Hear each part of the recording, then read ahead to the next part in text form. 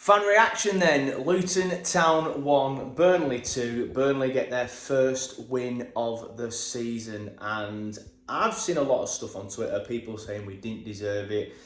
Jacob's already put a video up on the channel saying he thought Luton deserved at least a point, which I think is probably the fairest argument. But I've seen people on Twitter saying like we deserved to lose that match. Like there was a 20-minute spell, 25-minute spell where Luton were definitely the better side. Fully agree with that.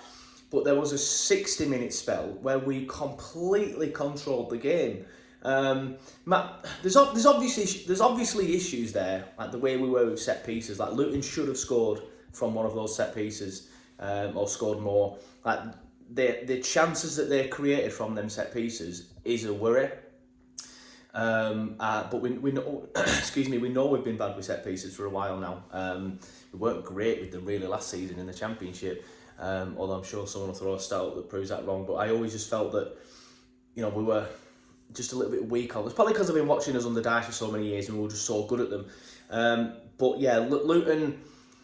That's what I mean about Jacob saying Luton, probably deserved it. That's the fairest argument. If someone turned around and said, look, we dominated large spells of the game, but the worry is for me is how we played in that 25-minute spell where we just, we looked really shaky at the back and Luton should have scored more. I can see that side to the argument. But to say that Luton deserved to win and we were absolutely god-awful, which is what some people are saying, I just find it bizarre. And then people are screenshotting stats that show, that we only had 52% of possession.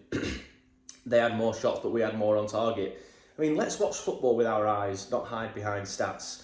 Because the first half, they didn't get a sniff. The first half, they were miles away from us. We dominated the game. We dictated the pace. We brought their press very, very easily. That's how the first goal came about. We enticed them onto us. Berg found the space. We got the ball to Berg, and there was so much space for him to run in. And what a ball by him, and what a finish by Lyle. I just knew, as soon as he went through, I just knew. We've missed him so much, haven't we? I think we'd have beat Man United, or at least got something out of that game with him in there.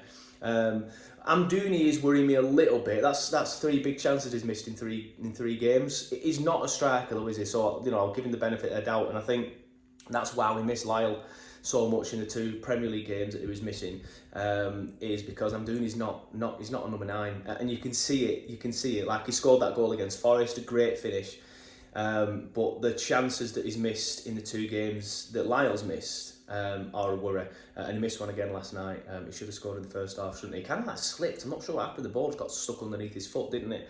But yeah, we dominated 65 minutes of the match. They dominated 25 minutes of the match. There was no real in-between spell apart from added time really, when we just said, right, come at us, and they didn't really do much.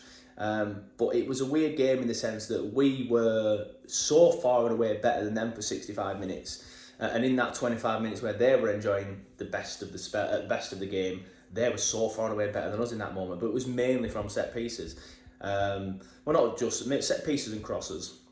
I do want to talk about Trafford. I've defended him quite a lot, and I still will, but I'm just not convinced by him. There's something about him that I'm just not convinced by him. People will always say when you put this argument on Twitter, like, I didn't do anything wrong last night, what are you complaining about? And he kept a clean sheet. Like, yeah, fair enough, but again, let's watch football with our eyes here and not just hide behind these figures and stats, because he's glued to his line too much, and the amount of times that the ball went to him and he took too long, then the press from Luton gets bigger and bigger, and then we're under pressure. I feel like that's where their goal came from.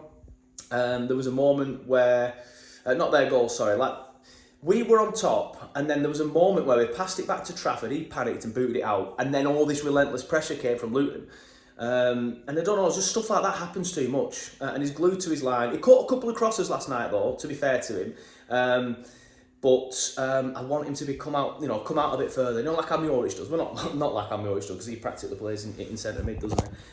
But I am a little bit concerned about Trafford, if I'm going to be honest with you. I'm just not convinced, but I'll give him the next few games. Chelsea, Brentford, Bournemouth, see how he does in them. And then move from there, because I just think Norwich offers more. And yes, Trafford, I've said it before, but it's the Heat and Hart debate all over again, isn't it? Because Hart wasn't doing much wrong, he was making saves, but he was similarly was glued to his line and he was inviting the pressure. I just feel like that's what Trafford's doing with us at the minute. He's just inviting the pressure, and we need to get back to somebody who's confident, somebody who talks to his defence, and then that's obviously Muric. But yeah, Sanderberg was brilliant. I've been banging that drum about him for ages, saying he should be feel like the game bypasses him when he plays in defensive mid. Higher up, he's fantastic.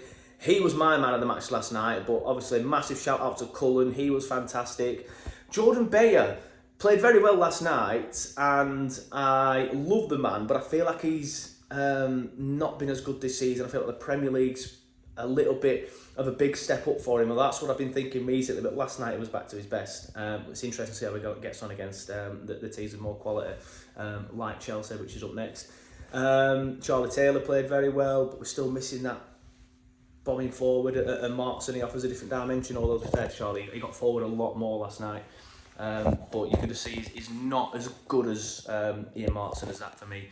Lyle, great to have him back, and what a finish. Waka. But yes, brilliant. Thankfully, we've got the 3 points. The season's up and running. I've said it a million times. The season starts now. And we're going to go into that Chelsea game now with the pressure off and some confidence. We can get something. Let's hope we do.